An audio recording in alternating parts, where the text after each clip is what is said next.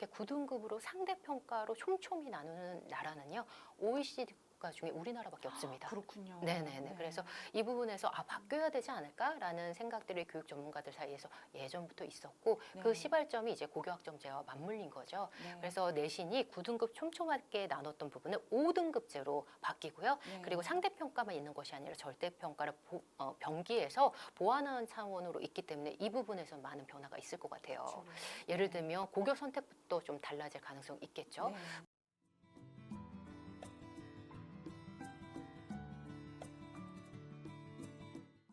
안녕하세요. 반갑습니다. 골목학원입니다. 오늘은 대한민국 최고 교육 전문가, 교육대기자 TV 방종림 대표님을 모셨습니다. 네, 반갑습니다. 대표님 초대해 주셔서 너무 감사합니다. 골목학원 구독자 여러분들, 원장님들 반갑습니다. 방종임입니다. 제가 정말 영광입니다. 그리고 큰 팬인데 이렇게 모시게 돼서 저는 저희 골목학원을 시청하고 계신 원장님께 오늘은 정말 알짜 정보 드릴 수 있다고 생각이 듭니다. 네, 저도 그럴 수 있으면 좋겠네요. 네, 교육대기자 TV 지금 몇 년째 하시고 계세요? 지금 4년 6개월 정도 됐고요. 네. 제가 맨 처음에는 회사에 있었을 때 작게 만든 채널이 저의 진정성을 많이 알아봐 주신 덕분에 지금은 큰 채널로 성장할 수 있었던 것 같아요. 그래서 매일매일 저도 같이 영상을 만들면서 같이 성장하는 채널이다 생각하고 만들고 있습니다. 50만. 너무 정말 축하드립니다. 감사합니다. 네, 그리고 정말 많은 분들을 인터뷰하셨죠. 어떤 네, 분들을 네. 하셨어요? 저 김봉영 교수님, 오은영 박사님, 네. 조선미 교수님 굉장히 많고요. 교육 때문에 교육 제도나 입시가 우리나라는 너무 많이 바뀌니까요. 그렇죠. 입시 제도 때문에 변화 때문에 불안한 분들께 입시 제도의 핵심을 좀 알려드리는 역할을 좀 하고 싶다 이런 생각도 하고 있습니다. 네, 그리고 원장님들께서 다 아시는 일타 강사 맞아요. 모두 인터뷰를 맞습니다. 하셨습니다. 어제는 사실 네. 김기훈 선생님을 인터뷰한 영상이 업로드되기도 했고, 네. 요즘에 티처스로 유명한 조정식 선생님, 정승재 선생님, 그리고 또 누가 있을까? 너무 많이 해가지고 헷갈릴 정도인데요. 네.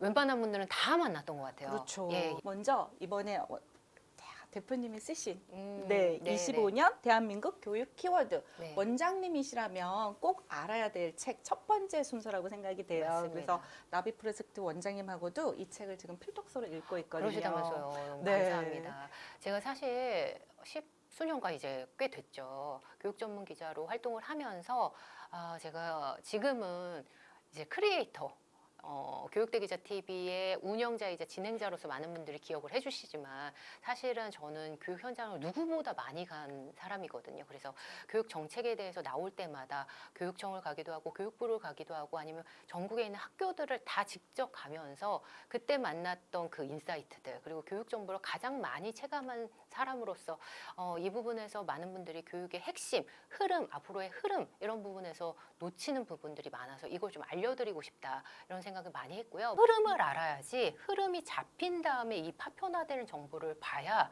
그래야지 맥락을 그렇죠. 정확히 알 수 있다는 생각을 들어서 네. 이 책을 기획을 하게 됐죠. 그렇죠. 큰 흐름 중에서 사실 올해부터 바뀌는 흐름이 예. 확 바뀌잖아요. 음, 근데 그 전의 정보를 아직 가지고 상담을 하시는 원장님들도 저는 많이 뵀거든요. 그렇죠. 네네. 그래서 오늘 그 흐름을 말씀을 좀 나눠주시면 좋을 것 같아요. 네네. 25년 크게 바뀌는 흐름 중에 첫 번째 키워드 고교 학점제 먼저 해볼까요? 있죠. 네, 고교 학점제 좀 소개해 주세요. 네, 고교 학점제는 지금 이 09년생 친구들, 중3 친구죠. 이 친구들이 고등학교에 가는 이제 3월부터 적용이 됩니다. 네. 쉽게 말씀드려서 우리 대학교 때 수강 신청제 생각하시면 될 것 같아요. 우리가 대학교에서는 이렇게 주어진 시간표가 없고 각자 적성과 관심에 따라서 시간표를 만들어서 짜잖아요. 네. 이 제도를 고등학교 때 적용을 한다라고 생각을 하시면 되고요. 시간표가 각자 많이 다르고 그리고 그 강의실을 찾아가는 형태로 네. 움직일 것이기 때문에 반의 개념이 좀 의미가 달라지겠죠. 네, 그리고 선생님도 담임 선생님을 종례와 조례 시간에만 보는 이런 현상도 달라질 거고요. 그리고 성적을 매기는 그런 방식도 달라질 것이 많이 예고가 되고 있기 때문에 고교 학점제는 여러분들 꼭 관심 있게 지켜보셔야 됩니다. 고등학교 1학년 때는 공통과목 위주로 듣고요. 그 공통과목에서 발견한 진로와 적성을 맞춰서 2학년 때는 스스로 선택 과목을 스스로 선택하는. 그래서 그 전에 갑자기 그냥 주어진 뭐 갑자기 시간표대로 짜는 게는 아니고요. 그 전에 고등학교 1학년 때 어떤 시간표 우리 학교에서는 어떤 과목이 예정될 거고 개설이 될 건지 이런 안내하는 시간들이 있을 거예요. 이 부분을 꼭 확인했었으면 좋겠고요. 그리고 지금 중3 친구들이라면 고등학교가 어느 정도 결정이 다 되어 있기 때문에 이 친구들 이하부터 중2, 중1이라면 앞으로 그 학교에 어떤 과목이 개설이 돼 있는지 학 과목이 어떤 과목 위주로 디자인이 짜여 있는지 이런 것을 보고 고교 선택을 반드시 하셔야 됩니다. 네, 그렇죠. 아이 성향에 맞는 과목이 짜져 있는지 네네. 이런 것도 볼 필요가 있을 것 예전에는 집값 같고요. 가운데 가고 맞아요. 뭐 이러잖아요. 그러시면 안 돼요. 이제는 네. 앞으로는 우리 아이가 만약에 뭐 예를 들면 AI에 관심이 있어? 그럼 그 진로와 적성을 살릴 수 있는 학과, 네. 있는 과목이 있는 학교를 되도록이면 선택하는 게 유리하기 때문에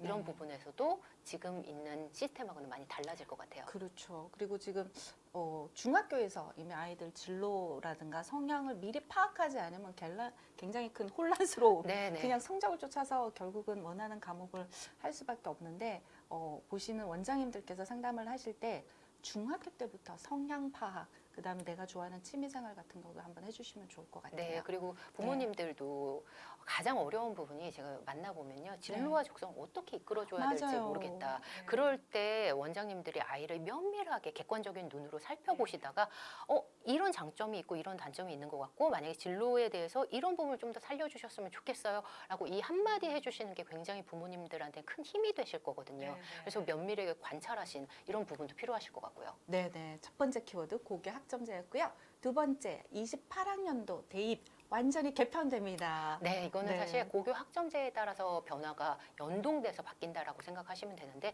네. 2028 그러니까 고등학교 지금 1학년 아까 말씀드린 09년생은 정말 많은 변화가 있는 친구들이에요. 그렇죠. 그래서 09년생들이 대학교에 가는 2028학년도에 대입이 싹 바뀝니다. 수능과 내신이 바뀌거든요. 먼저 수능 먼저 말씀을 드리면요. 네. 수능에서는 그동안에 있었던 선택 과목들이 있었어요. 네. 국어에서도 있었고요. 수학에서도 있었고 그동안 초등만 보시는 분들은 선택 과목이 있어? 이런 분들도 계시거든요. 근데 선택 과목이 있습니다. 탐구는 당연히 있고요. 이런 선택 과목에서 문이과의 경계를 없애기 위해서 선택 과목이 다 없어졌다라고 생각을 하시면 됩니다. 기존에 있었던 이 어려운 과목들, 이과에서 있었던 기하라든지 이런 과목이 아예 빠지게 돼서 문과 수준으로 지금 수학이라든지 개편이 된다. 네. 문이과의 경계가 없어지고 선택 과목이 없어진다라고 생각을 하시면 됩니다. 그렇기 때문에 모든 친구들이요. 모든 과목을 똑같이 시험을 보기 때문에요. 지금 만약에 초, 중등이라면 과목 간의 편식을 없애는 방향으로 공부하시는 게 가장 좋을 것 같아요. 네, 과목 간의 편식을 없애라. 네. 그리고 또 하나는 그러면 수능의 난이도가 좀 낮아지지 않나 이런 얘기도 하시더라고요. 네, 이런 변화에 대한 수능에 대한 난이도 같은 경우에는 지금 점철해서 뭐 예측하고 이런 부분은 사실 너무 앞서 나가는 측면도 있고요. 네네. 우리는 준비해야 될 게 초, 중등 때는 기본기를 쌓는 방향으로 고등 때 어떻게 네. 될지 3년 후의 일이잖아요. 그런 부분에서 아직 예측하기는 좀 어렵겠지만 기본기를 쌓는 부분으로 준비를 하셨으면 좋겠고 그리고 저는 이 부분에서 수능이 이렇게 됐었을 때 여러 가지 카더라된 시나리오들이 나올 수 네, 있는데 그렇죠. 이런 부분에서 아직 발표되지 않은 게 있습니다. 대학들의 입장이 아직 발표가 안 됐거든요. 네. 대학들은 4년 예고제에 따라서 2026년 4월 달에 발표를 하게 됩니다. 네. 그래서 대학들이 이 변화되는 2028 대입 개편을 어떻게 바라볼지 그 부분을 관찰하시면서 보셨으면 좋겠습니다. 네, 네. 좋은 말씀 해주셨어요. 대학들이 어떻게 발표하는가. 그리고 내신도 5등급제로 네, 네. 개편이 된다고. 네. 네. 어떤 제도가 변화할 때는 반드시 이유가 있거든요. 네. 그 이유를 맥락을 살펴보셨으면 좋겠다라는 말씀을 꼭 드리고 싶은데 네. 9등급으로 촘촘하게 우리가 상대평가로 되어 있었잖아요. 근데 이렇게 9등급 상대평가로 촘촘히 할 경우에는 고교학점제가 제대로 운영이 되지 않겠죠. 왜냐하면 고교학점제로 니네들이 선택해봐 기회를 줬는데 상대평가로 촘촘히 된다면 점수 잘 받는 과목으로 아이들이 몰릴 수밖에 없을 테니까요. 그쵸. 네. 아니면 또는 아이들이 많이 듣는 과목을 1등급 받는 친구들이 많기 때문에 그런 과목에 몰릴 수밖에 없으면 하나만 의미가 될 수 있겠죠. 이게 네. 첫 번째 이유고요. 또 두 번째 이유는 이렇게 9등급으로 상대평가로 촘촘히 나누는 나라는요. OECD 국가 중에 우리나라밖에 없습니다. 그렇군요. 네네네. 네. 그래서 이 부분에서 바뀌어야 되지 않을까라는 생각들이 교육 전문가들 사이에서 예전부터 있었고 네. 그 시발점이 이제 고교학점제와 맞물린 거죠. 네. 그래서 내신이 9등급 촘촘하게 나눴던 부분을 5등급제로 바뀌고요. 네. 그리고 상대평가만 있는 것이 아니라 절대평가를 병기해서 보완하는 차원으로 있기 때문에 이 부분에서 많은 변화가 있을 것 같아요. 그렇죠. 예를 들면 고교 선택부터 좀 달라질 가능성이 있겠죠. 네. 9등급에서 우리가 특목고를 선택할 때 가장 걱정하는 부분이 그러면 내신 따기 어려운 거 아니야? 이런 부분에서 다소 9등급이 5등급으로 완만해졌기 때문에 특목고에 대해서 관심을 갖는 부분도 있을 거고요. 네. 예, 네. 그리고 일반고에 있어서도 특목고와 일반고의 차이를 놓고 고민하는 분들도 더 있을 거라 그런 부분이 달라질 거라 생각합니다. 대표님도 자제분이 두 명. 네, 아들 둘입니다. 각각 다른 성향으로 이렇게 네, 했는데 어떤 네. 진로를 결정해 주셨어요? 저희 첫째랑도 네. 저희 아이들 얘기하려니까 목이 맥히네요. 네, 이렇게 교육에 대해서 얘기를 많이 하는데 저희 그쵸. 아이들 볼 시간이 많지는 않는데요. 네. 그래도 아이들이 참 감사하게도 밝아요. 네. 이 행복함을 계속 유지하려고 굉장히 많이 노력을 하고 있는데 첫째는 맨 처음에는 1학년부터 3학년 때까지는 네. 야구를 했어요. 운동. 예, 야구에 네. 아주 재능이 있다고 생각을 해서 야구를 했는데 지금은 좀 바뀌었거든요. 네. 극기 훈련을 몇 번 보냈더니 얘가 나는 아닌 것 같아. 네. 라는 얘기를 해서 저는 그것도 과정이라고 생각해요. 아이가 스스로 발견할 수 있도록 부모님이 기회를 다양하게 주되 네. 그 과정 속에서 깨달음이 있고 거기에 맞춰서 이 길이 아니면 또 다른 길을 찾아볼까? 이것을 도와주는 게 선생님이고 부모의 역할이지 네, 않을까 네. 싶어서요. 지금 아이는 스토리에 재능이 좀 있어요. 네. 그래서 저를 좀 닮았는지 글을 쓰고 말하는 거를 굉장히 좋아하거든요. 네. 그래서 친구랑 마치 웹툰 작가처럼 이렇게 막 얘기를 하더라고요. 그 쌓인 스토리북이 지금 A4로 100장이 넘어요. 정말 네. 쓰는 걸 정말 잘. 네네네. 네. 그래서 앞으로는요, 저는 지금 대입 개편하고도 맞물리는 얘기겠지만 네. 쓰는 능력이 굉장히 중요하다고 생각해요. 지금 5등급제로 촘촘하게 상대평가였던 것이 5등급제로 다소 완만하게 변화하게 되면 학교에서는 한 문제를 놓고 그 흔히 킬러 문항이라고 그렇죠. 하죠. 변별력 네. 높은 한 문제를 출제하는데 선생님의 역량을 발휘하시기보다는 평소에 프로젝트성이라든지 수행평가라든지 서술형이라든지 이런 부분에서 더 많이 방점을 두시는 방향으로 네, 네. 앞으로 바뀌어질 것이기 때문에 평소에 국어든 영어든 쓰는 연습이 굉장히 필요하거든요. 네. 그래서 우리 아이가 저는 앞으로의 세상은 이렇게 될 것 같아요. 인재상을 생각을 한다면 카톡으로 의견을 얘기할 수 있는 친구, 반 페이지 정도 내가 그 분량을 채울 수 있는 친구, 그리고 자유롭게 자기의 생각을 에세이로 표현할 수 있는 친구, 이 친구들의 세상이 달라질 거라 생각하거든요. 그래서 쓰는 부분에서도 강조를 좀 해주셨으면 좋겠어요. 네, 정말 좋은 말씀이세요. 요즘